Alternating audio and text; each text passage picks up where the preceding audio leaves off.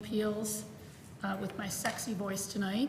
March 24th, 2016. Carmen, please call the roll. Baker. Here. Clapper. Here. Throckmorton. Here. Southern. Here. Aquila. Here. Minutes to be pre-approved for December 17th, 2015. Any additions and or corrections? Seeing none, all in favor, please say aye. Aye. Opposed? Minutes are approved. Reports, resolutions, and communications, please. One communication from the staff. We'd like to introduce you, if you haven't met her already, Jackie Scanlon.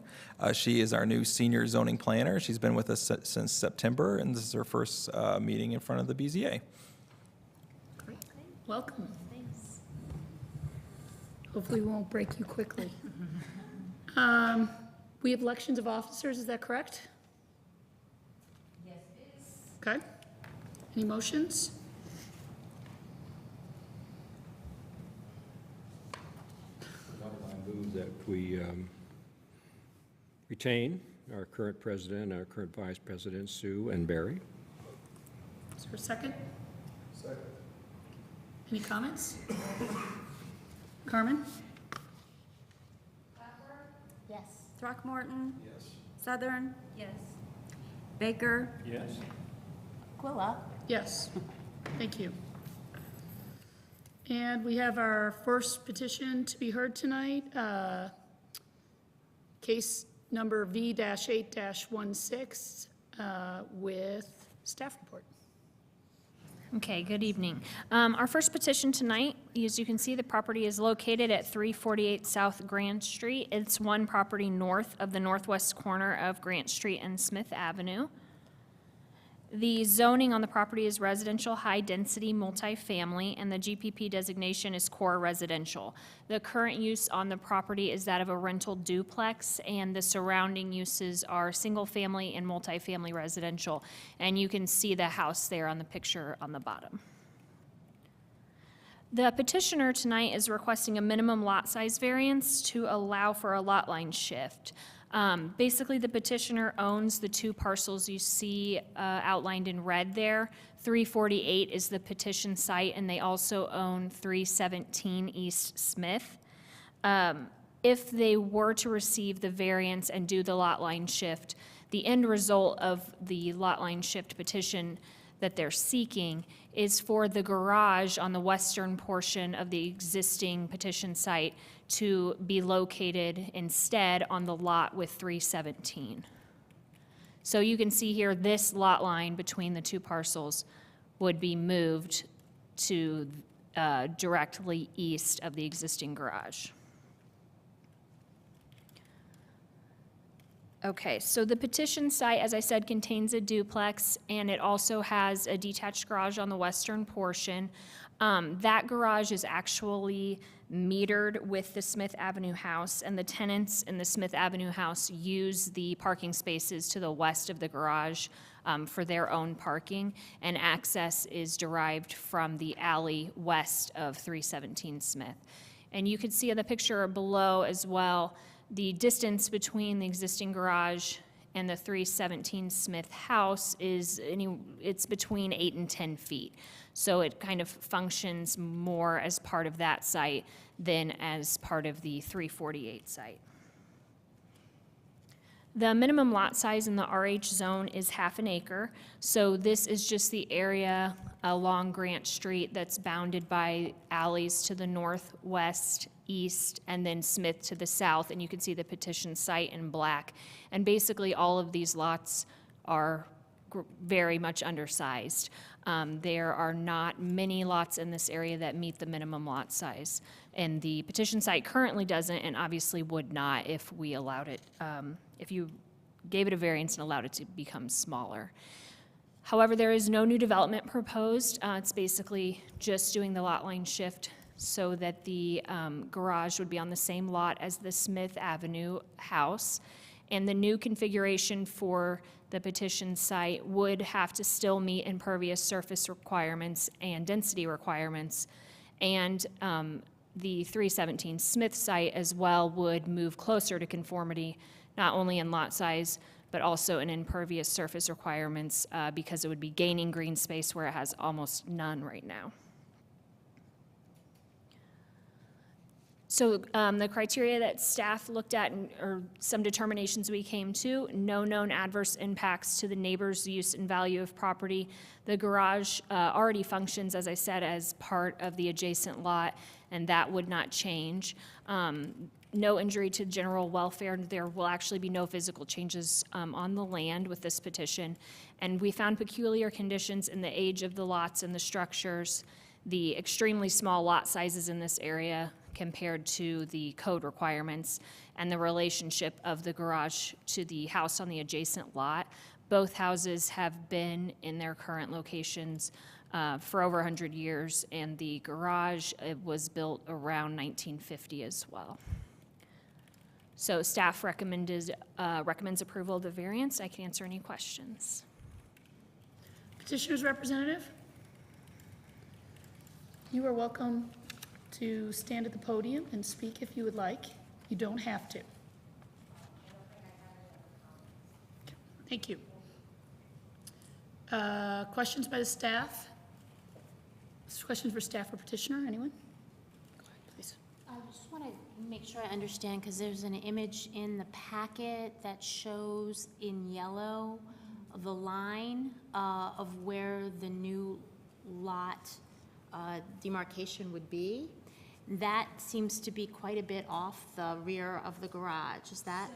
That was an image prepared by the petitioner based on a 15-foot setback from the garage, but the actual setback requirement is 5 feet. So when we were kind of looking at the impervious surface, I think that they'll be closer to what you see here. They have not had it surveyed yet, so there's not an official survey showing where that line will be, but basically wherever it ends up being, it will have to meet setback requirements for that garage and also impervious surface requirements for the petition site and density. So do we know, is the setback requirement for the garage going to be 5 feet?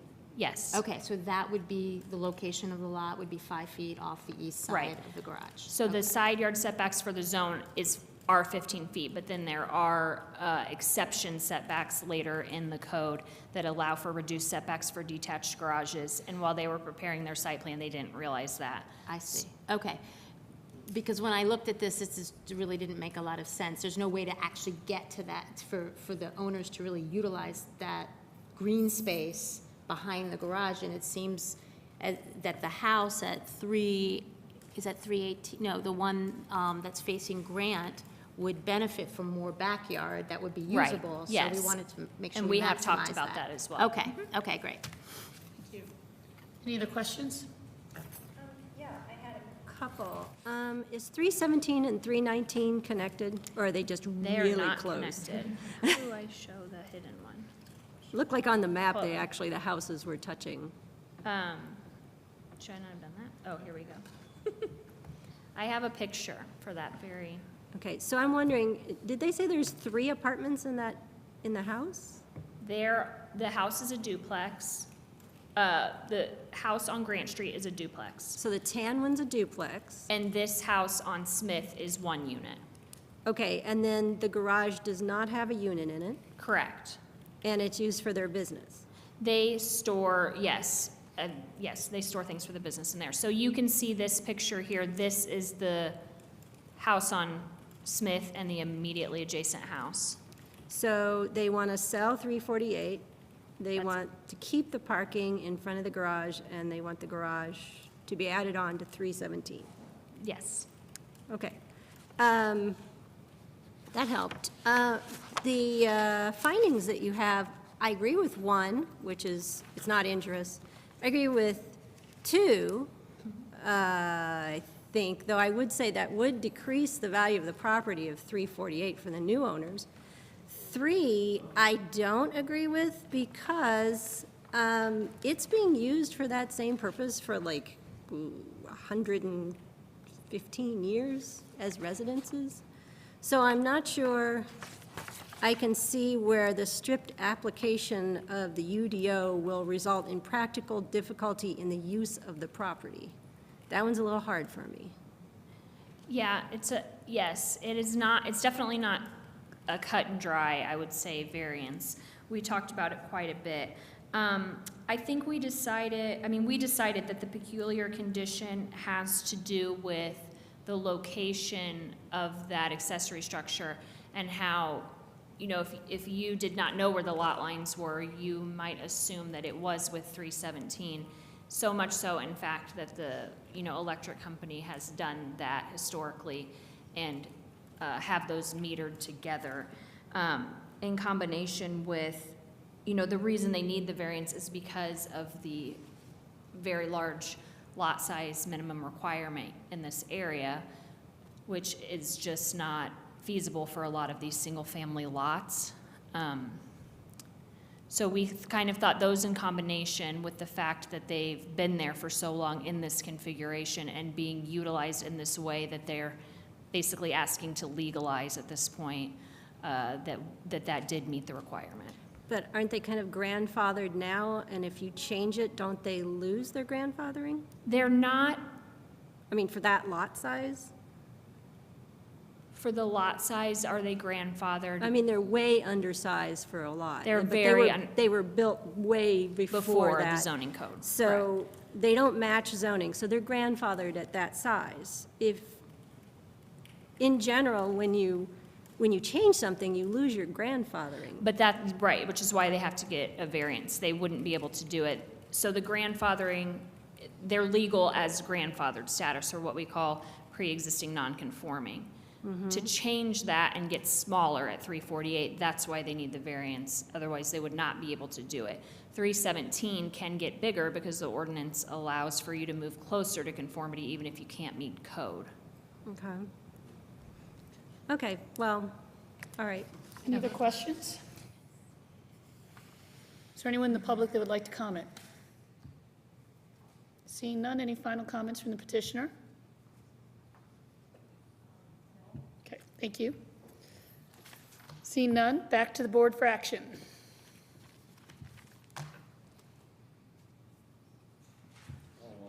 Move for approval of V 2615. I'll second that.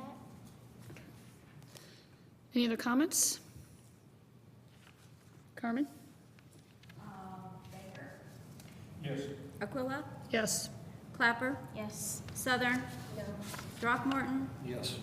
Motion passes. Thank you.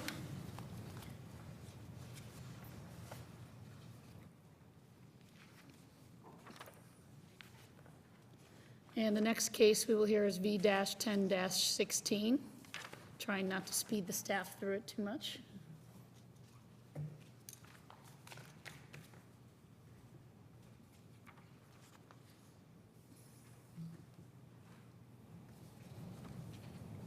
Thank you. This case, V-10-16, is a request for a property at 705 South Rose Avenue. The petitioners are here tonight requesting a determinate sidewalk variance for this property that they own, that they recently constructed a single-family house on. So the property shown here is the red square. It's about mid-block on Rose Avenue. To the north is 2nd Street. To the south is 1st Street. A little bit to the further east of here is High Street and Rogers Binford School. So you can see here the property is surrounded by single-family residences. It was a vacant property that received a building permit in 2014. It had historically never had a house on it that we're aware of. It was previously just used as an adjacent lot. So it was recently constructed on, which did require a sidewalk to be installed on the property. There was a condition of approval to that end in the building permit. And so the petitioners are coming forward today because, as I mentioned, they're requesting a determinate sidewalk variance to not require the sidewalk to be installed at this time and instead to be installed at a different time in the future when other conditions might warrant. So with that, staff did make findings in our report. Primarily, the findings focused around, obviously, the site itself, which has to be proven to be unique in some manner that doesn't allow a property to meet code. Shown here is a site photo. This is looking north. Rose Avenue is kind of on the left side of your screen, and then the newly constructed house is on the right side of your screen. The topography along this section of Rose is flat. There are no environmental constraints that staff could identify that would prevent a sidewalk from being installed. Staff is certainly aware of the petitioner's feelings on the matter where a sidewalk system by itself would be out of place. However, our zoning code was designed to require these sidewalks to be installed. Sometimes that happens gradually. The construction of a single-family house is just one trigger of a sidewalk requirement. A home occupation request is also another trigger for a sidewalk to be installed. So while the adjacent lots are all currently built on, and there are no adjacent lots that are vacant that a single-family house would be expected on, as I mentioned, there are other requirements where a sidewalk could be installed that would lead to the gradual system being installed through the neighborhood as a whole here. So the staff is recommending denial of the determinate sidewalk variance based on the findings in staff's report. And with that, I am happy to answer any questions. Petitioner's representative. If you'd like to speak, please. Please state your name. Yes, my name is John Kreschke. Do you swear to tell the truth, the whole truth, and nothing but the truth? I do. You have up to 20 minutes to present your petition. Thank you very much. Thank you. I have a PowerPoint which apparently is now available. Yes, thank you. So first, thank you very much for taking the time and effort to hear our petition. We do appreciate the opportunity. As you just saw, here's another photo of Rose Avenue. This is from Google Street View. This is looking south, and our new construction is toward the upper left. You can see that along this street, there are no sidewalks, greenery, lawns come directly to the street, and that is the character of the neighborhood and the street. So there, as was mentioned before, there are no other undeveloped lots. There's one existing house to the south of our new construction and 3 existing houses to the north. All the houses are established, decades old, and there are no existing sidewalks. And as I just mentioned, the greenery and lawns come to the street. If a sidewalk were built here, it would indeed be a sidewalk to nowhere. This is a satellite view from the Monroe County GIS. I have highlighted here in pink rectangles all the existing sidewalks in the neighborhood. Our lot is marked with the small 705 in red, and you can see that a short segment of sidewalk, about 120-some feet in front of our house, would connect nothing. Yes, thank you, right there. And if, so I wanted to point that out. Now, with all sidewalks, there are, of course, costs and benefits. I want to make this clear, we support sidewalks in general when their benefits to the community outweigh the cost to the community. But in this case, we feel the costs outweigh the benefits. This is the outline of the 4 points I'd like to make this evening. First, the probability of a full street sidewalk within a reasonable time is virtually nil. There are no benefits of a short segment of sidewalk on South Rose Avenue. There are several significant negative impacts of sidewalk installation, and many neighbors agree that installation of a sidewalk here is not desirable.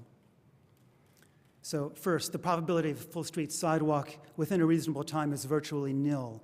If you take a look at Google Earth satellite imagery, this is the imagery in 2005. Again, to the center right, I've marked the spot of our new construction.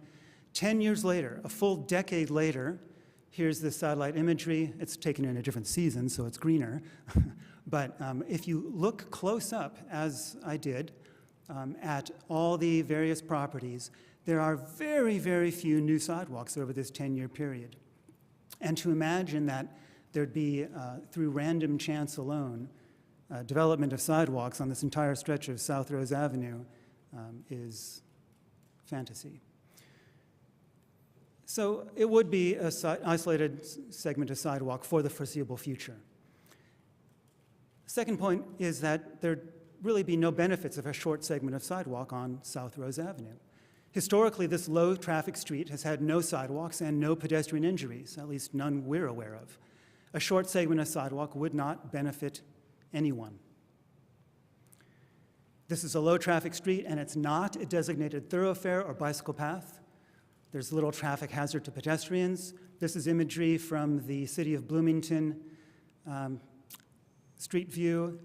It marks the bicycle paths and thoroughfares, and South Rose Avenue is not designated as either of those.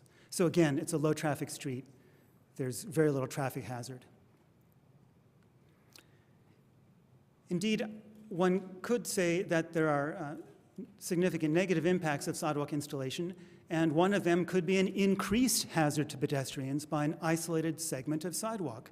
Suppose someone were to venture onto this short segment, stepping off the street, and now they're walking along the sidewalk. Well, they get to an end within about 120-some feet. What must they do? They must step off the sidewalk into the street. And what is in the street? Well, there are potentially cars. So this is, in fact, inviting people to step into the street from a short segment of sidewalk. So I don't think one can argue that a short segment of sidewalk necessarily only is a benefit. It can also introduce new hazards. There's the aesthetic disruption of the neighborhood. There's no existing home on South Rose Avenue that has a sidewalk, and an isolated slab of blank concrete would look out of place on this street. We have a thorough landscaping plan underway with permaculture landscaping consultants that would bring greenery to the street just like the surrounding homes. The environmental costs of a sidewalk are high. We have sustainable permaculture landscaping planned for the yard. A sidewalk reduces the sustainable impact of our landscaping plan. And a sidewalk carries a considerable carbon footprint. The manufacture of concrete takes tremendous amounts of energy. It is simply not free. It does harm the environment. Moreover, a sidewalk would increase runoff on a street that already floods during rains. Indeed, it did today. But this photo was taken in May of 2014. It's actually part of a video I took. This was before our construction began, when the lot was still full of greenery. The street just north of us floods significantly. A sidewalk, which would be 400 to 500 square feet of impermeable surface, would only increase this. We feel it would be counterproductive to install a sidewalk before solving this drainage and flooding problem.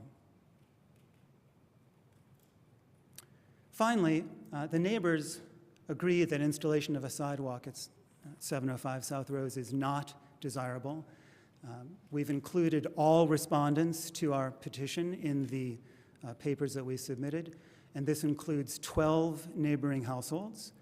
Excerpts from 6 of these neighbors follow. The full texts are in the materials submitted to you before. Here are 6 excerpts. I agree that it doesn't make sense to have a sidewalk that begins and ends at either side of your house, since there are no other sidewalks on our block. And the landscaping you propose to add is what we need to make our neighborhood and city more sustainable. This is a letter from Molly O'Donnell. She's a member of the Bloomington Commission on Sustainability. Another neighbor writes, "We walk down Rose once or twice a week, but would never use a sidewalk that was only in front of one house."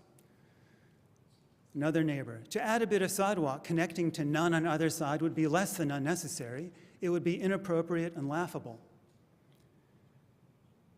Another neighbor, "I agree with you that a sidewalk in front of your house at 705 South Rose Avenue is not just superfluous, it is actually detrimental. One in front of your house would be glaringly different from all your neighbors and aesthetically displeasing. Its hard surface would create more runoff onto the street. I don't think that anyone would use it. I certainly would not. A variance allowing you to dispense with the sidewalk would be the most appropriate remedy to maintain the integrity of the environment on Rose Avenue." Another neighbor, "An orphaned piece of sidewalk in front of your beautiful new house would be an incredible waste of time, money, and effort. It would simply be a strip of cement without purpose and a giant distraction from the current feel of the street." And finally, We feel the same way about the proposed sidewalk to nowhere on Rose in front of your new house. What a waste of money, material, and effort. We support your request for a variance. The city should use some common sense in making decisions that affect our neighborhoods. So, in summary, while we appreciate that full-length sidewalks that connect pedestrian destinations on busy streets can be very beneficial, an isolated sidewalk to nowhere on Rose Avenue does not provide benefits and has many negative impacts, and our neighbors agree. Thank you. Thank you. Questions for staff and/or petitioner by the board?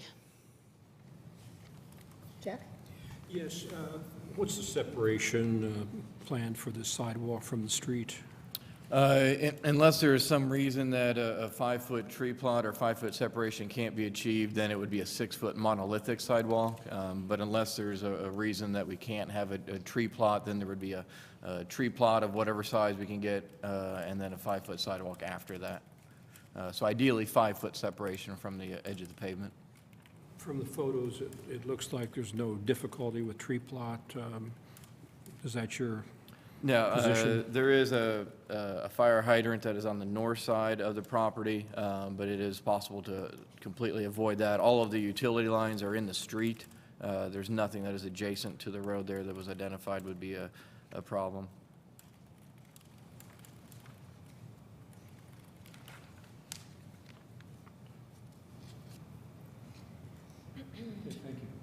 Barry? Yes, Eric, is it unusual, I understand that this requirement comes with any new house, essentially, and once, so this was a condition for the release of the building permit? Yes. Is it unusual for folks to come back at the end of their project and ask for this variance? It is something that people have on their radar when they get the building permit, and sometimes they say, hey, we will just deal with this a little bit later when that time comes that we're ready to start building. Oftentimes we'll get a building permit, and maybe it's a year later that they actually started. In this case here, they got the building permit in 2014, and they just recently, I think at the end of last year, completed construction. So sometimes, people are aware of it, and I think that may have been a similar situation with the petition you heard of Brooks and Covenanter several months ago, where that requirement was still on the building permit. They were aware of it, they started the work, and they were required to have the sidewalk, and, now that they're occupying it, the time has come that they have to install that, and so they're kind of at that point of decision of, apply for a variance or install the sidewalk. Staff would also note that just to the southeast of this, there was another house that was built, new house, not too long ago that was required to install the sidewalk. It fronts on Anita to the east, so they installed a sidewalk along that property as well. So there has been sidewalks installed just adjacent to this property not too long ago. Not too long ago. Could you just remind me, there have been some occasions when we have granted this variance. They're usually very specific, and a lot of times they revolve around environmental, mature trees. Exactly. There have been certainly a wide range of these cases that have come to the BZA, and with all of these variances, we have to find that there is something unique about a property. A lot of those have been some kind of environmental constraint. They're the last person at the end of a dead-end street, that they're the only ones affected. Right. Those situations aren't really present in this situation, but there have been a range of those different conditions. Okay, thank you. Usually, I'm all for variances to get rid of sidewalks to nowhere. I've even put some forward. Usually they're in subdivisions where there's like a valley that drops off, and really there's no way any road could go anywhere. This little segment, I believe, is between Second and First. So, you might have some cut-through traffic, and it's not really a segment that goes totally nowhere, because First and Second are so heavily trafficked by cars. If you had magnificent oaks in the front, we might pin it on that. So my question would be, looks like you're going to have a front-loading garage, you're gonna have a drive there, right? So, okay, so my question was about the front-loading garage and stuff, and there, like I said, there's no trees. There's no, I believe, planning answered that there's no pipes or sewer lines, water lines, anything in that front that we should be avoiding, or it would be hard to access it? Nothing like that? I mean, running along the street that's a public line on The that water side. line, as we could tell, was following the edge of pavement. And so Okay. usually there would be some sort of separation, usually 10 feet if there's something underground, but things above ground just can be closer than that. But we would, Yeah. can't identify anything here that prevent it from, the sidewalk from being installed a little bit further back to increase any separation distance there for the utilities. Yeah, I But just they're all over wouldn't the want to pavement. put a new sidewalk on top of an old water line. It would possibly be dug up later or something, Yeah, so. we're not aware of Yeah. any old Okay. water lines. Any other questions? That was it? Joe?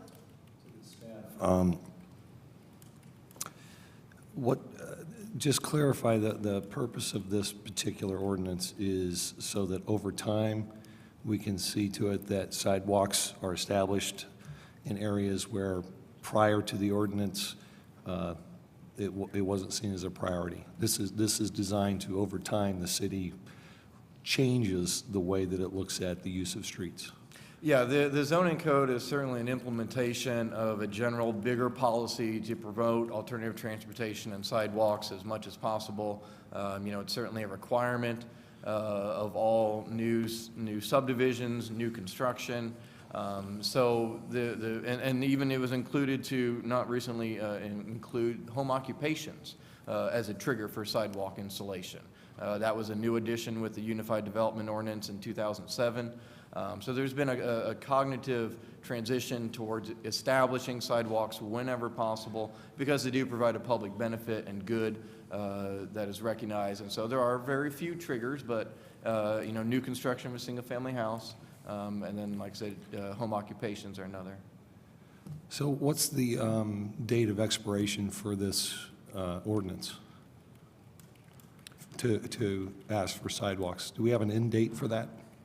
No, there's not an end date, no. All right. Well, with that, then to the petitioner, could you help me understand what was the figure that you derived as being an appropriate amount of time? You talked about a reasonable amount of time. What's the reasonable amount of time that you determined? And then what is that figure? And then how did you derive that? Well, the example that I presented was a decade, 2005 to 2015, for example. So Seems 10 a decade years, is a reasonable time. to be clear, 10 years is your length. Certainly, right. So 10 years is your length, and you derive that just because of that one example. Yes, but I think that's reasonable. In other words, one could debate, is 5 years reasonable, is 10 years, is 30 years reasonable? But I think a decade is a reasonable round number. But And it one could be- can even it go could be further argued, back. though, that 30 years would be reasonable, too. I think even if one projected to 30 years, my point would still be the same with the same force, that imagining through even these other triggers that a complete sidewalk between First and Second would spontaneously emerge within 30 years on the same side of the street. The probability of that happening is nil. It won't happen. I mean, look around in that neighborhood. I There think have my been essentially question no, really even in revolves 50 around years. how you arrived at a reasonable amount of time. And So I'm saying, you've answered that. I'm saying one can quibble about 10, 30, regardless, it's the same point, and I Correct. think it's just Okay. as strong. My next, I think, final question is, help me reconcile your first and second points. Your first point was it's very safe to walk in the street. It's been done for decades. Your second point was how dangerous it is for someone to step off the sidewalk into the street. Right. So I'm trying to go with both premises. That is, if there's very low traffic, then there's very little pedestrian hazard and there's no need for a sidewalk. On the other hand, if one wants to deny the premise and say, oh, well, there is traffic, then I'm suggesting that if there is traffic and you put an isolated segment of sidewalk there, it actually increases pedestrian hazard. See? So either you accept the premise that, oh, there's very little traffic and then there's no need for sidewalk, or if there is traffic, then indeed a short segment could even increase hazard to pedestrians. So your point one is based on a premise, not a fact. On the two different premises. On the either- first premise. And I would say which of those premises is more probable? The one that says there's very little traffic. That's probable, more probable. Yes, if the city has data about the actual amount of traffic, I'd be delighted to Well, I'm see. just trying to reconcile the two. So if what you're saying is that it's a very low traveled road. And indeed it is If very that's low, your it's more position. traffic. It is, And you're saying that that's what you believe to be true. right. And then there's no point number benefit two of is sidewalk. irrelevant. Yes, but I'm simply covering the bases with that Thank you. particular example. That's it. Thank you. I don't want to be out of order, but can I respond to any of the earlier No, I'm sorry, you comments? All cannot right, during this thank you. time period. Thank you. Is there anyone in the public that would like to comment? Okay, seeing none, now you can respond. Final comments back to the petitioner. You have 11 minutes remaining. So one of the points that was brought up in staff responses was that a neighbor recently installed a sidewalk in front of their new house. That neighbor actually wrote a letter for us supporting our petition for variance.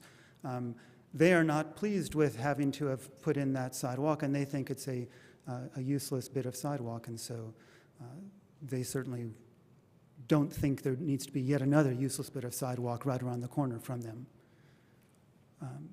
Rima, was there anything else?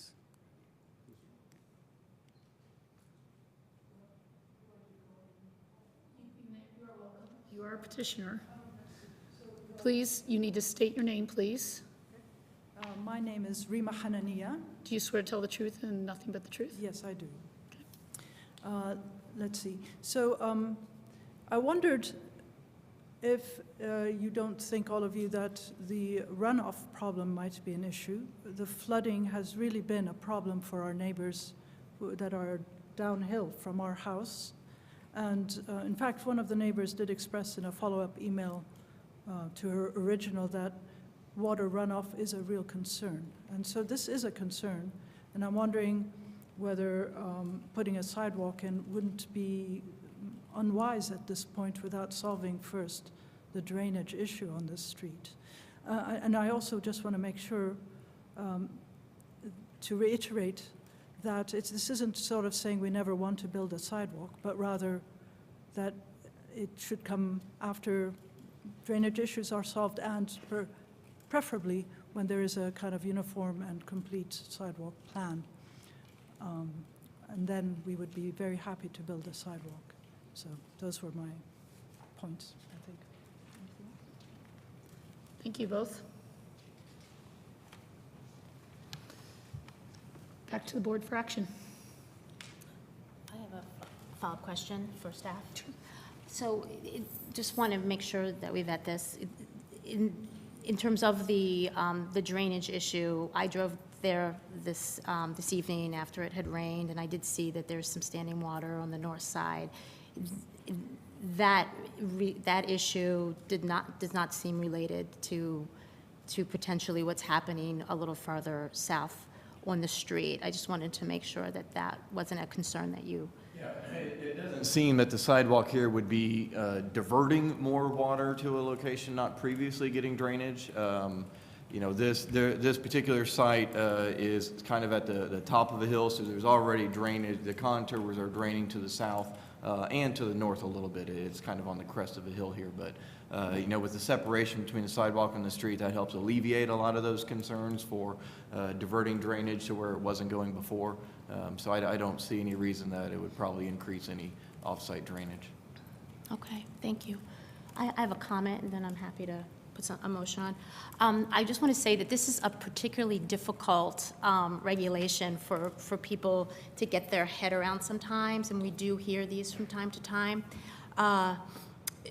It's in our code because there was a community priority put on this, and it takes a very long view. Because we're not necessarily talking that you're living on the street, this may happen, but it could happen, 50 years or 60 years from now. And so I just want to state that because I think we all, we hear these and what you're saying does make sense at a certain level. Our purview and there are 6 conditions, which is a pretty high threshold to meet for a variance, and all of them need to be met in order for us to be able to grant that. And because of the peculiar condition, I'm going to go ahead and move denial of this case, case V-10-16. I just wanted to explain a little bit as to why. I'll second that. Motion and a second. Any other comments? I'd just like to comment that I live in a neighborhood that has benefited in the long term from this ordinance. Along North Walnut, there was a time when there was just one building that had one sidewalk, and over the course of 20 years, we're nearly complete now with sidewalks, and of all the places in Bloomington, that's one that really needs it. So I want to back up what Barry's saying is the long-range goal of the city is correct, and it's needed. Second thing is I find there to be just some logical inconsistencies in the petitioner's request, so I'm also going to vote to deny it too.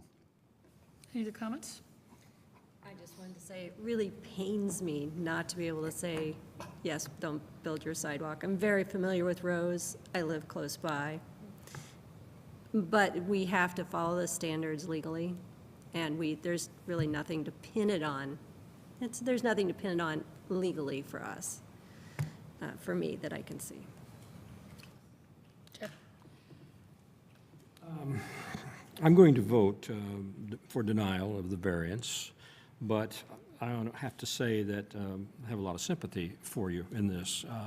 I remember when this portion of the UDO was put into place, and I believe, as I recall, the thinking was exactly what's been said tonight, that it was to spur development of sidewalks where there are none.